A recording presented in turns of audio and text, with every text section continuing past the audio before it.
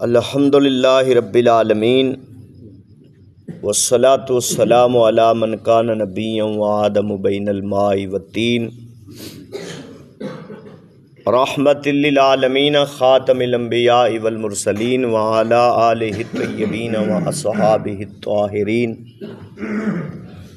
اما بعد قال اللہ تبارک و تعالی فی القرآن المجید والفرقان الحمید بسم اللہ الرحمن الرحیم والذین یؤذون المؤمنین والمؤمنات بغیر ما اکتسبوا فقد احتملوا بہتانا واثما مبینا آمنت باللہ صدق اللہ العظیم ان اللہ وملائکتہ یصلون علی النبی یا ایھا الذین آمنوا صلوا علیہ وسلموا تسلیما الصلاۃ والسلام علیک یا سیدی یا رسول اللہ وعلی آلک وصحابک یا سیدی یا نور اللہ الصلاۃ والسلام علیک یا سیدی یا محبوب اللہ وعلی آلک وصحابک یا سیدی یا رحمۃ للعالمین۔ حمد و صلوات کے بعد اللہ رب العزت کا شکر ہے کہ جس نے ہمیں نماز فجر با جماعت ادا کرنے کی توفیق عطا فرمائی۔ اللہ تعالیٰ کی بارگاہ میں دعا ہے کہ اللہ تعالیٰ ہم سب کو نماز پنجگانہ با جماعت تکبیر اولیٰ کے ساتھ پہلی صف میں ادا کرنے کی توفیق عطا فرمائی۔ حضرات محترم، کسی مسلمان مرد کو یا عورت کو بلا وجہ تکلیف دینا اسلام میں حرام ہے اور گناہ کبیرہ ہے۔ اللہ تعالیٰ ارشاد فرماتا ہے والذین یؤذون المؤمنین والمؤمنات بغیر ما اکتسبوا فقد احتملوا بہتانا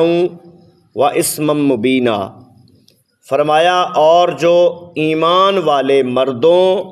اور عورتوں کو بے کیے ستاتے ہیں انہوں نے بہتان اور کھلا گناہ اپنے سر لیا۔ اس آیت مبارکہ کا شان نزول مفسرین کرام لکھتے ہیں کہ یہ آیت مبارکہ ان منافقوں کے بارے میں نازل ہوئی جو حضرت علی المرتضیٰ کرم اللہ تعالی وجہہ الکریم کو ایذا دیتے تھے اور ان کی شان میں بدگوئی کرتے تھے۔ اور ایک قول یہ ہے کہ یہ آیت حضرت عائشہ صدیقہ رضی اللہ تعالی عنہا کے معاملے میں نازل ہوئی۔ یاد رہے کہ اس کا شان نزول اگرچہ خاص ہے لیکن اس کا حکم تمام مسلمان مردوں اور عورتوں کو عام ہے، اور آیت کا خلاصہ یہ ہے کہ جو لوگ ایمان والے مردوں اور عورتوں کے ساتھ ایسا سلوک کرتے ہیں جس سے انہیں اذیت پہنچے حالانکہ انہوں نے ایسا کچھ نہیں کیا ہوتا جس کی وجہ سے انہیں اذیت دی جائے، تو ان لوگوں نے بہتان اور کھلے گناہ کا بوجھ اپنے سر اٹھایا ہے اور خود بہتان کی سزا اور کھلے گناہ کے عذاب کے حقدار ٹھہرے ہیں۔ یاد رہے کہ مسلمان مرد عورت کو دین اسلام میں یہ حق دیا گیا ہے کہ انہیں کوئی شخص اپنے قول اور فعل کے ذریعے ناحق ایذا نہ دے۔ یہاں اس سے متعلق 3 احادیثیں اور بزرگان دین کے اقوال سماعت فرمائیں۔ پہلی حدیث پاک حضرت ابو ذر رضی اللہ تعالیٰ عنہ سے روایت ہے کہ نبی کریم صلی اللہ تعالیٰ علیہ وسلم نے ارشاد فرمایا تم لوگوں کو اپنے شر سے محفوظ رکھو، یہ ایک صدقہ ہے جو تم اپنے نفس پر کرو گے۔ حضور نے فرمایا کہ تم لوگ اپنے شر سے لوگوں کو محفوظ رکھو، کسی کے ساتھ کوئی شر نہ کرو، اس کو تکلیف نہ دو، اس کو ایذا نہ دو۔ حضور نے فرمایا یہ ایک صدقہ ہے جو تم اپنے نفس پر کرو گے۔ دوسری حدیث پاک حضرت عبداللہ بن عمر رضی اللہ تعالیٰ عنہما سے روایت ہے کہ سرکار دو عالم صلی اللہ تعالیٰ علیہ وسلم نے ارشاد فرمایا کیا تم جانتے ہو کہ مسلمان کون ہے؟ صحابہ کرام رضی اللہ تعالیٰ عنہم نے عرض کی اللہ تعالیٰ اور اس کا رسول زیادہ جانتے ہیں۔ ارشاد فرمایا مسلمان وہ ہے جس کی زبان اور ہاتھ سے دوسرے مسلمان محفوظ رہیں۔ اور ارشاد فرمایا تم جانتے ہو مومن کون ہے؟ صحابہ کرام رضی اللہ تعالیٰ عنہم نے عرض کی اللہ تعالیٰ اور اس کا رسول بہتر جانتے ہیں۔ ارشاد فرمایا مومن وہ ہے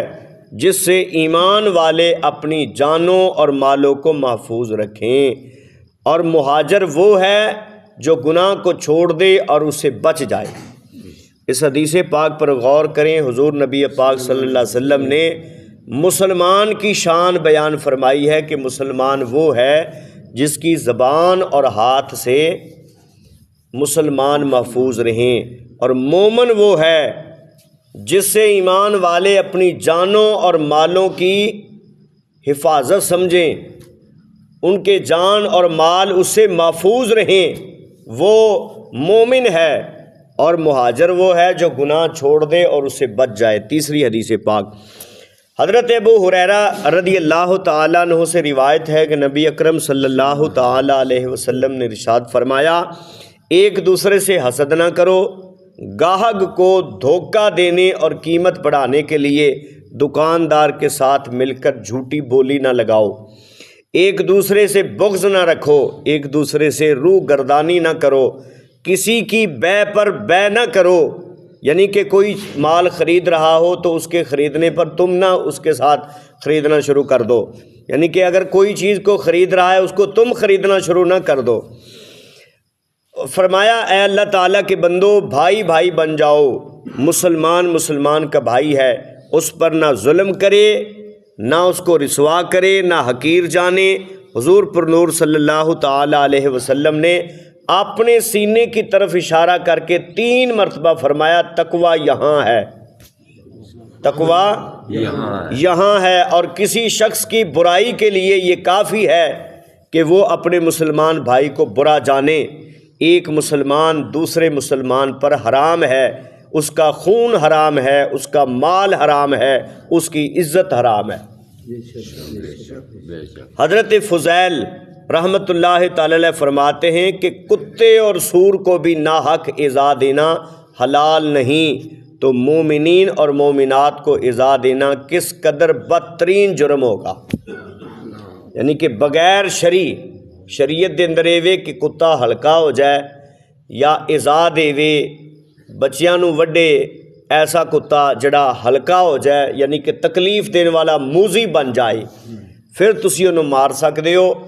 نہیں تے پالتو کتا یا ویسے عام جڑا کتا ہے ہلکا نہیں ہے گا انہوں بھی تسی ایذا نہیں دے سکتے۔ ساری حکومت نے اعلان کر دیتا ہے بھی کتیاں نو زہر دے دیو، پھر جناب یونین کونسل والے تے کمیٹیاں والے جناب وہ زہر لے کے لگے پھردے نے لوگاں دے پالتو کتیاں نو بھی پائی جاندے نے۔ چنگے پلے جڑے ٹھیک ٹھاک نے پاگل نہیں ہے کہ کتے ہیں تے لوگاں نے رکھے ہوندے نے اپنے مال جان دی حفاظت واسطے، تے انہاں نو جناب ماری جاندے نے،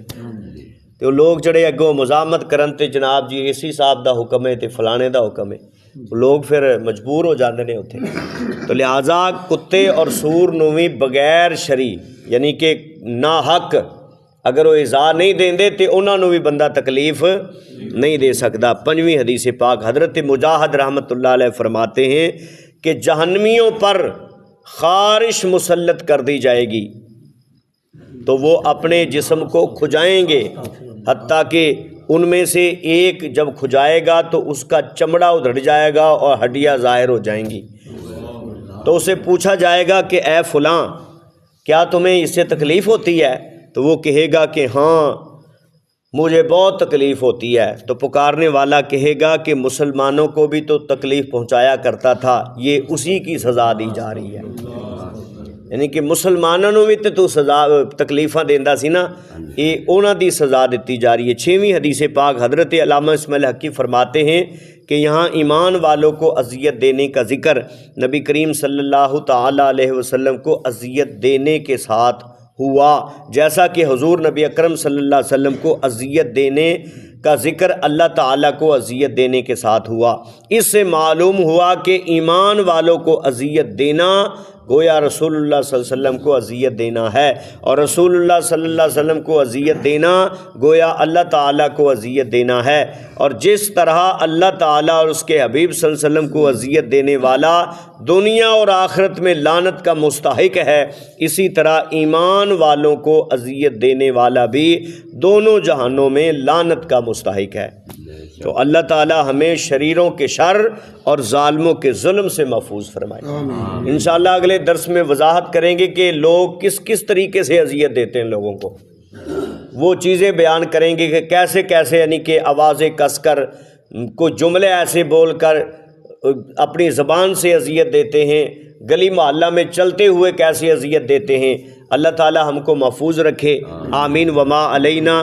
الا البلاغ المبین۔ بسم اللہ الرحمن